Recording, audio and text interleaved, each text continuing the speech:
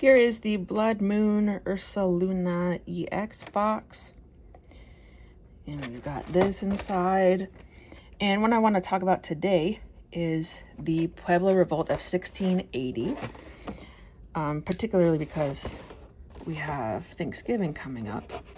And this is a cool story that not a lot of people know about. I didn't know about it until when I went to college in New Mexico at New Mexico State. Go Aggies. The real Aggies. I learned this in my New Mexico history class in college. And I was like, this is so cool. How have I never heard about this before? So basically, to start off, again, this happens in New Mexico. And obviously, I don't know if it's obvious, New Mexico was colonized by the Spaniards. And when the Spaniards came, they saw all these different groups of people, and they were like, let's just call them pueblos. And pueblo in Spanish just means town. So you have all of these people in a variety of different locations around northern New Mexico, and they were all different, right? They were all native to the Spanish. And so they were like, let's just pretend like they are a group of people who are exactly the same, because colonizers don't typically care about, individual tribes or whatever languages. So they all put them in basically called them pueblos. But this includes like the Acoma, the Isleta, the Laguna, Sandia, Taos, Zuni, Zia, a whole bunch of different types of people. And all these people had different languages and different religions, different social structures, different everything. They were different people. And if you look at a map, that's pretty cool. If we look at a map, it's a pretty wide area in which these people live. So the way that the Spanish were when they came across native peoples anywhere was they were really, really, really brutal. And they did not want the native people to keep their language and their religion and all this stuff. They wanted them to become Catholic. They wanted to save more souls or whatever nonsense that they were talking about. And when they came in, they destroyed all of their sacred objects and worship places and stuff like that. So they were, again, really brutal. And every once in a while, they would fight back, but not in a unified way. They would just, fight back. But again, we're talking about a lot of different people in a lot of different areas. And there was a drought that happened in the 1670s. And what happens is they all get tired of it. So you have the drought happening. You have that's definitely a good one. You have the drought happening. You have the Spaniards being Spaniards and just being really, really brutal. And then you have also other native tribes attacking them too. So you have the Navajo and the Apache coming over and doing some serious damage to the Pueblos as well. So at this point, they get tired of it. All of these things happen at once, right? They've been dealing with the Spanish and their brutality for a long time, but now you kind of have this perfect storm of environmental things.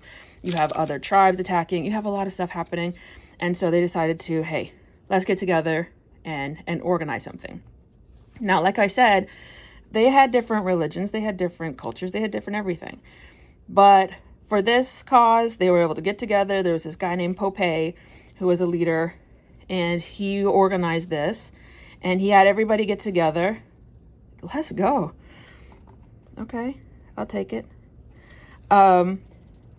We had all these people come together, and then what they did was pretty cool because, again, they didn't speak the same languages. Obviously, this is a time before internet and telephones and stuff like that. So they had a knotted rope. They had a rope that they put knots on, and then they sent it back to the Pueblos. And they were like, okay, every day untie one of the knots, and then once we get to the end of the rope, then we'll know, okay, today's the day. Well, the Spanish found out about it because there was some spies in the Indians, in the Native Americans, I should say. And then what happens is they find, they hear about this and they're like, oh my God. But at the same time, they don't give the natives enough credit. They're like, oh, who cares? Whatever. It's not gonna be that serious, because they had been fighting back every once in a while and nothing big popped off, but they had never come together. I think that one's pretty good. They had never come together. And so they did not expect that. They did not expect them to all work together. Okay, I know this one's not super rare, but I've never gotten that one. Okay, so I'll put these at the top. And so they did not know what to expect, right? They've never had this happen before. So they gravely misunderstood and underestimated, I should say, this whole situation. And so there was then a bloodbath that happened. And some of the Spaniards fled to Santa Fe, and some went to Isleta, the Isleta Pueblo as well, but a lot went to Santa Fe. And then the Spanish were trying to fight back at the same time, and they killed and tortured a bunch of people, including Popeye, the guy who really organized all of this. So then what happens is the natives surround Santa Fe for like a month, and it was like 2,000 natives against 100 fighters, but there was more than just 100 people there. They were just 100 of fighting age. Okay, so nothing. I mean, I don't know. I've never seen that one, but of fighting age. And so they held out the place for about a month until they ran out of supplies, and the natives killed over 400 Spaniards at this time. And something worth noting too is that there were 33 priests in this province at this time, and 21 of them were killed. So obviously this is like a high reason as to why they were fighting, was because of the erasure of their religion. And the revolt was successful and kept them out for 12 years. I have another, here we go. I have another box right here so we can finish out this story. So the revolt was successful and they kept them out. The Spanish, the natives kept the Spanish out for like 12 years, which is really good. And then of course they came back. And this guy, so the first guy was Don Juan Oñate, I should say, Oñate. And then the second guy, when he comes back, is Diego de Vargas. And he was this Spanish aristocrat who wanted to make a name for himself and make some more money. He was already rich, but he wanted to make some money for himself. And he returned with 800 fighters to like the Santa Fe area. And he had some allies, but he thought it was going to be easier than it was. But that being said, they fought back. Let's see, we have Twilight Masquerade and Temporal Forces. They did fight back. The Spanish were successful, but it wasn't as easy as they thought. They returned full force, like with 800 settlers. This is in 1694. So the revolt happened in 1680, and then we have the return about 15 years later-ish. And then we have people who were in Santa Fe who are defenders, and they were like, I am not going to give up. I'm not going to surrender. And so they murdered them all. And then there was 3 years of just fighting between the Spaniards and the Pueblos. I like that one. I think that's cute. But then the thing is, it changed the dynamic. So again, they were free for 12 years. The Spaniards came back and did all of their brutality again.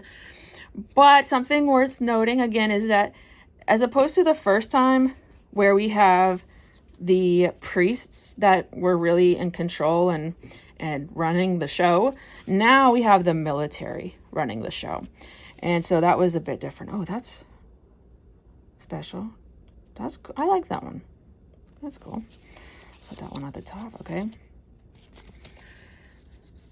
And the last thing is, let's see, we have the uprising happen in 1696. So again, we have another one, But the beauty of the first one, of the 1681, goodness, this is Twilight Masquerade. The beauty of the first one was that they were super organized. In 1696, they were not nearly as organized. And unfortunately, de Vargas was prepared, and he was a military man. And so he knew, hey man, this might happen again.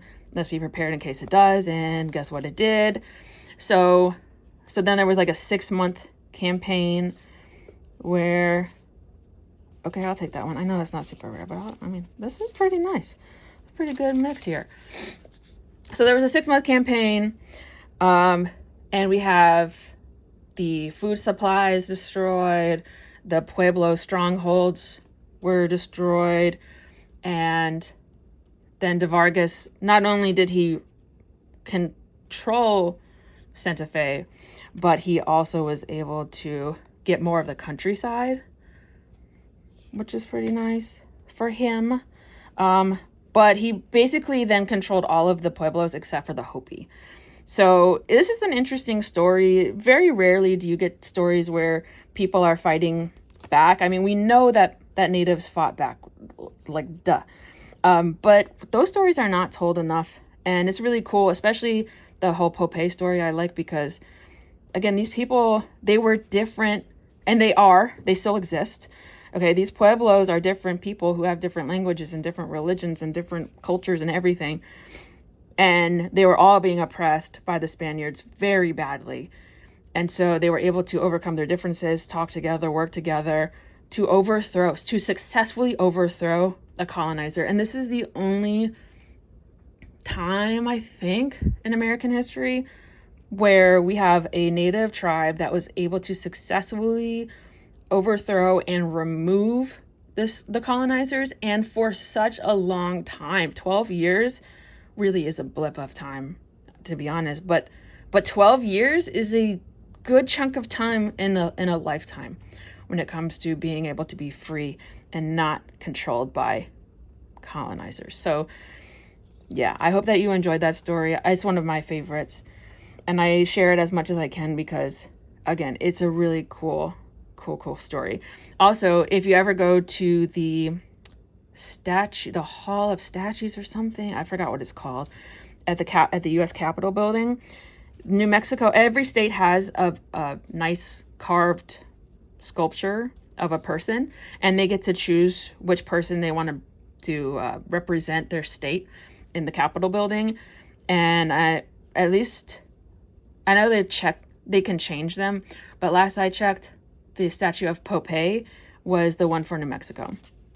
So again, that's really cool. There are a lot of books about this, and they're all pretty good. There was not a lot of written language, but we do have the Spanish side. So there's that.